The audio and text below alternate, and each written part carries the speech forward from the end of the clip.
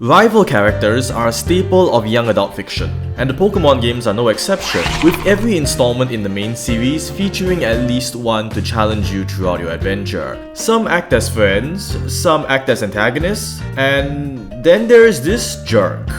Blue, or Gary, or whatever you decide to name him, is the first ever rival character of the Pokémon franchise, and as a result, he is the most straightforward out of all of them as a character. The majority of rivals that come after him are generally more complex than him in terms of qualities such as backstories, personality, or character arcs. But despite his simplicity, I'd say he's probably one of Pokémon's best rivals. See, despite Blue being such a simple character, the game's designers employed numerous subtle tricks to influence how we, as players, perceive and interact with him as we play through the game. And the resulting rivalry that gets forged between Blue and the player is an essential part of what defines Generation 1 as a game experience. So let's have a closer look at Blue's design as a recurring rival boss. First, allow me to introduce you to a problem about rivals as recurring bosses. According to the Cambridge Dictionary, rival is defined as a person, group, etc. competing with others for the same thing or in the same area. The problem arises when trying to construct that definition within a game context. To create an effective rival character, the rival needs to do two things. The first is to share the same goal as the main protagonist and regularly compete over it, and the second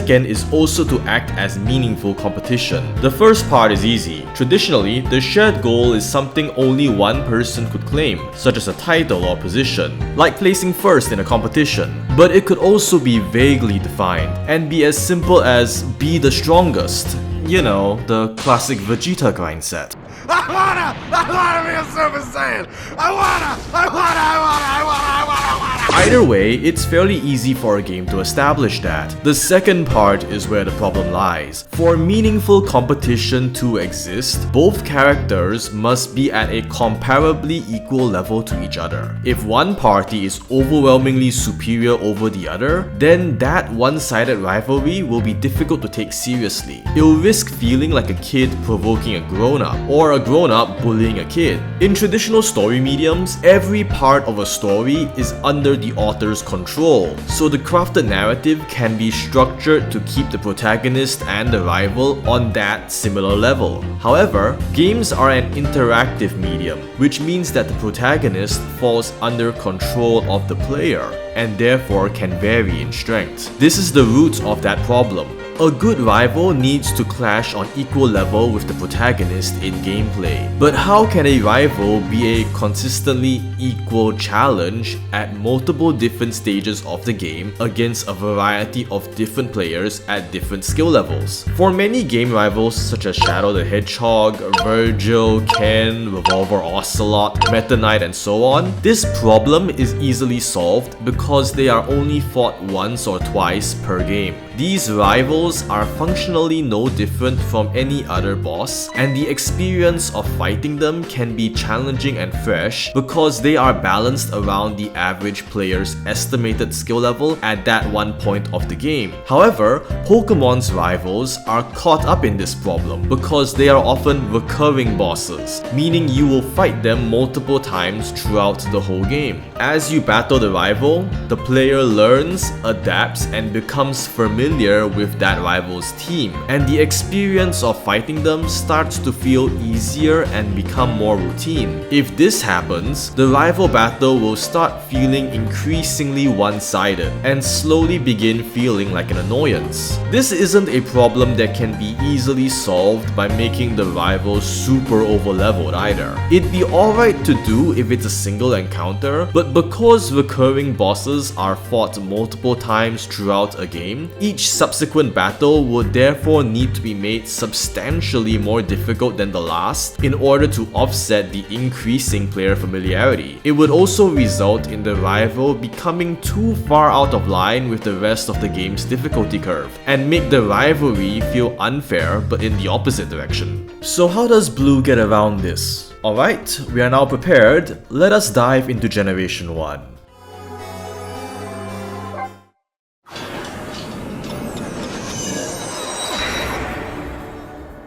The first method is to separate the rivalry's goal from the gameplay difficulty. Basically, the player and the rival will still fight, but the question of who is stronger is unimportant, and the outcome of that fight doesn't advance either party towards their shared goal. What are the player's goals within the game? Explore the region, beat the league, complete the Pokédex, stop Team Rocket. Blue competes with you on all of these except the last one. The important thing to note is the way the game frames Blue and the player's interactions as they progress towards these goals. At every point of the game you encounter him, Blue is always ahead of you. Think back to every encounter with Blue as you explore Kanto. Every time you run into each other, you are walking towards a destination while he is coming back from that same destination. Getting your starters, Blue's impatiently waiting for you. Checking out the league entrance early, Blue's already done that. Walking to Nugget Bridge, Blue's returning to town. Looking for the SS Ant captain, he's exiting the cabin right now. At Pokemon Tower, he's mourning his pet rat. Give him a moment. Stopping Team Rocket at Sylph Company, Blue's just casually waiting there for you. Back at the league entrance, in the toilet stall opens. Finally beat the Elite Four, guess who's the champion? At no point does Blue ever approach you from behind. He is always in front of you. You are catching up to him. From a functional standpoint, this serves as a minor form of player guidance. It is common for designers to lay down a breadcrumb trail of enemies to guide the player down a certain path. However, this also has a potentially unintended side effect of altering how this rivalry is framed and presented. It creates an impression that you, the player, are always playing catch-up to Blue. An impression that is also built up by minor dialogue found elsewhere within the game. Examine the statues at the entrance of each gym and you'll find that Blue's already been there before you. As for the Pokédex, Blue will casually mention on the SS Ant that he caught 40 kinds of Pokémon, a number which a player is unlikely to match since only a theoretical maximum of 48 can be obtained by that point of the game. In addition, Blue's own dialogue adds to this. Despite his reputation as the de facto jerk rival, Blue's dialogue is actually kinda friendly. If you read it, you'll find that he's boastful, proud, and competitive, but never talks down to the player. He always addresses the player with fair respect as an equal, gives advice on where to go, and even gives you encouragement. Even when he's the champion and final boss, the first thing he says is that he was looking forward to seeing you and that his rival should keep him sharp, which meant that he was certain you'd beat the Elite Four. This even extends to the dialogue when you do defeat him. He might acknowledge his defeat, but he never dwells on it or lets it affect his attitude. His dialogue is always focused on the next step of the journey and constantly moving forward. And even after he is defeated as champion, he accepts defeat pretty gracefully and acknowledges your victory, although he does mention he doesn't like to admit it. Blue is, surprisingly, a rather positive thinker. Some other game rivals will fixate hard on the player when you defeat them. They question why they lost, their lack of strength, or wonder what makes the player better than them. Sharon, Hop, and Kieran are all examples of that, and these fixations are used as foundations for their own respective character arcs. Blue lacks this. His character is straightforward and lacks depth, yet is cocky enough to light a competitive spark in a player, and is also nice enough to ensure that he isn't insufferable or unpleasant to have on screen. This is what I meant before about goals and gameplay difficulty being unrelated. Blue's encounters, dialogue, and attitude collectively create the impression that being stronger and defeating him just doesn't matter. Apart from the final champion battle, all of the fights have no real stakes, were casually initiated on a whim, and his own dialogue conveys that he doesn't really care that you beat him. Defeating Blue does not impact his goals. He never questions his ability, loses faith in himself, or treats the player as somebody better than him. He'll casually brush off losses with ease, so the player derives no long-term satisfaction or catharsis assist from winning. The rivalry sidesteps the problem of needing to evenly match the player in strength by framing the player being stronger as an inconsequential factor for the majority of encounters. Because of this, Blue always feels like an equal to the player, regardless of how easy or difficult his battles actually are. Alright, that's the story and narrative section covered. Onwards with mechanics and game design. Narrative and in-game text alone can only stretch a player's suspension of disbelief so far. No matter how much the game's text may say that you two are on an equal level, if the player drastically outclasses the rival and always defeats them in a one-sided fashion every time, the player's suspension of disbelief will end up breaking. For the player to believe the narrative of the rival being an equal and worthy opponent, the gameplay experience needs to support the text of the narrative. In other words, we need to make the rival win, ensure that the rival scores the occasional victory, or have the player barely achieve a narrow victory. However, the rival being fought multiple times within a game presents some challenges to this. If the rival is made too strong or over-leveled and is inconsistent with the rest of the level curve, they will become a difficulty spike which repeatedly obstructs game progression. Contradictory as it might sound, we need to find a way to make Blue occasionally win or narrowly lose against the player while still keeping him at a reasonable level of difficulty to beat for players of all skill levels and across multiple encounters within the game. How do we do this? Simple, we cheat. Imagine this scenario. You are playing Ruby, Sapphire or Emerald and you are on Route 110. You fought some trainers, caught some Pokemon, and you walk up and see Brendan or May standing in the middle of the route. What do? You turn around and go back to the nearest Pokemon Center. Duh. Now, what is Blue known for? Showing up when your team's at half HP. This is how we cheat. When fully prepared, a player will always defeat Blue, but we make it so that the player almost never encounters Blue while they are fully prepared, giving Blue a huge advantage for that battle. In 5 out of 8 encounters, Blue's sprite is not present in the game world until the player steps on the tiles which trigger the cutscene, at which point he will spawn in from off-screen and challenge you. Small tangent. Contrary to popular belief, Blue is never encountered immediately after exiting a cave. There seems to be some strange Mandela effect going around regarding that for some reason. Anyways, back to the point.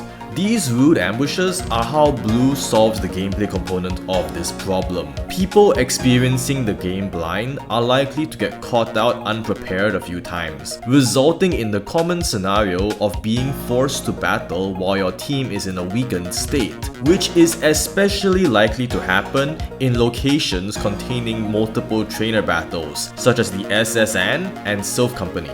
This artificially makes Blue's fights more difficult than they otherwise would be, and occasionally results in the player either losing or narrowly winning a fight they would otherwise have easily won if they were at full health. Then, after the player gets sent back to the Pokémon Center and angrily returns, they can easily defeat Blue using their fully healed team. But the sting of defeat will still remain. In other words, by challenging the player when they aren't in peak condition, Blue will be taken seriously as a credible threat, without being so difficult to the point he becomes detrimental to the player's actual progression. This structure of ambushing is also used to disrupt familiarity and inject variation. Quick example time.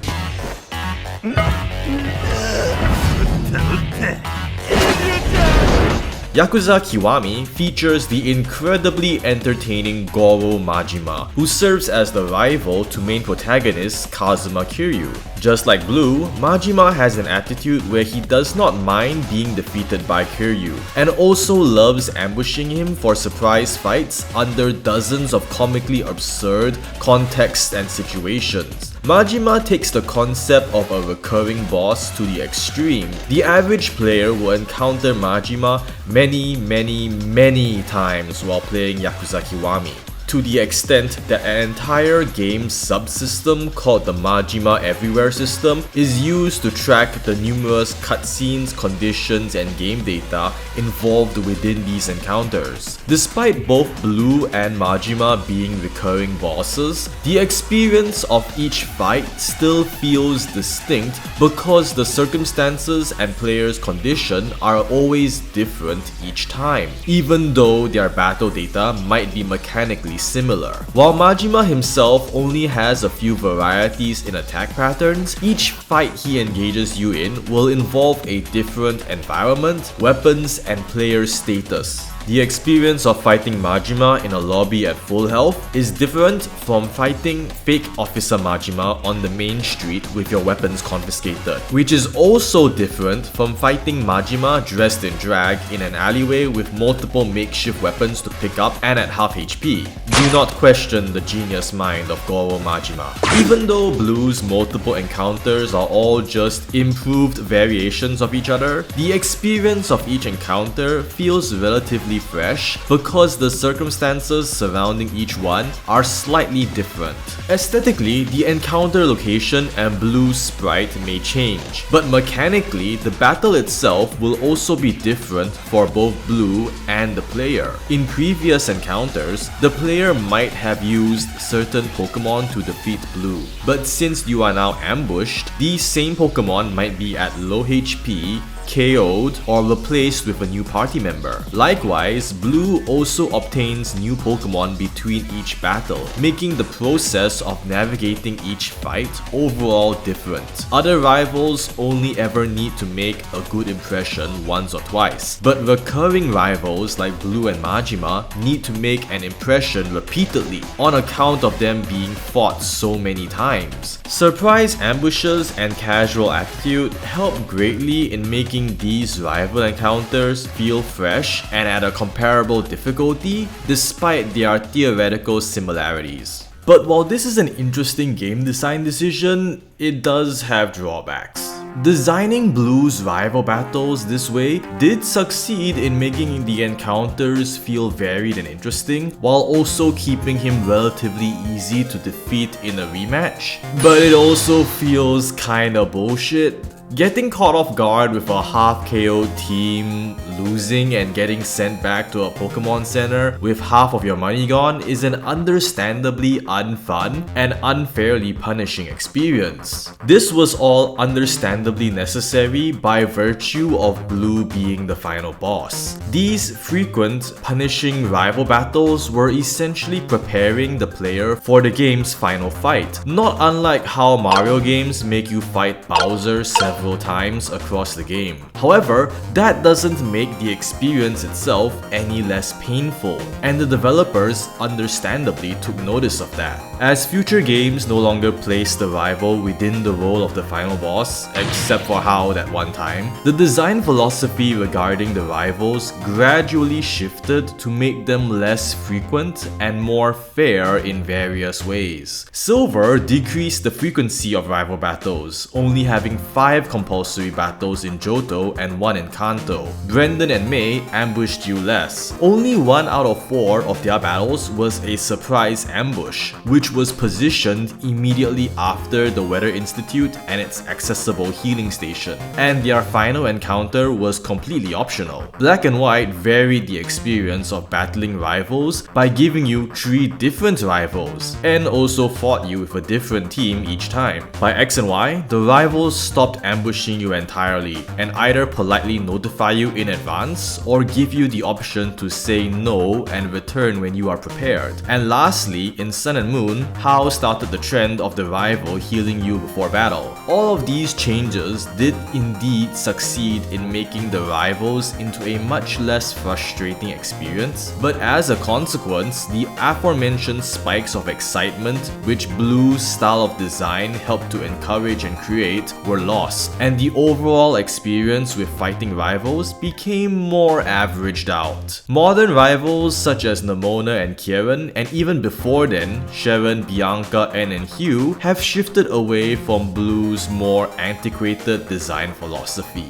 leaning more into narrative elements to engage the player instead. Rivals became more well-rounded characters, with their own goals and character arcs, and battling them was engaging because of narrative stakes rather than simple or deceptive difficulty.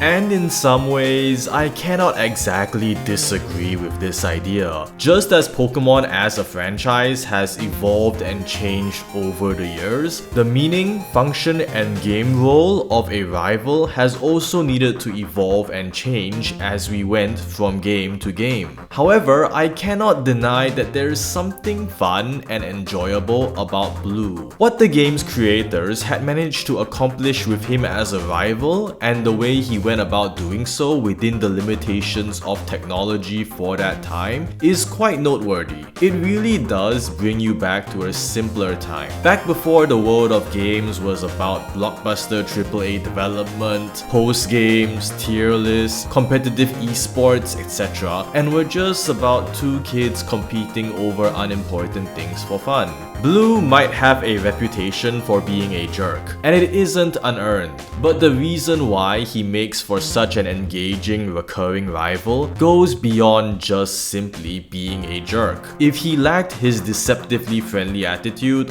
or wasn't set up to score the occasional cheap and unfair win, Pokemon Red and Blue wouldn't be the games we know, love, and look back on fondly to this day.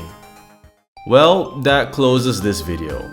Tell me, what are your own thoughts regarding Blue as a rival? He really is a likable character in a fun-to-hate sort of way, isn't he? Fun fact, this was actually one of the older scripts I've written and planned, before even the slacking one. On a subsequent reread some months later, I found it to be a bit unfocused and rambly, and so rewrote it to focus more on the game design specific aspects of Blue. Overall, I was quite pleased with this new script, and I hope you found this video enjoyable too.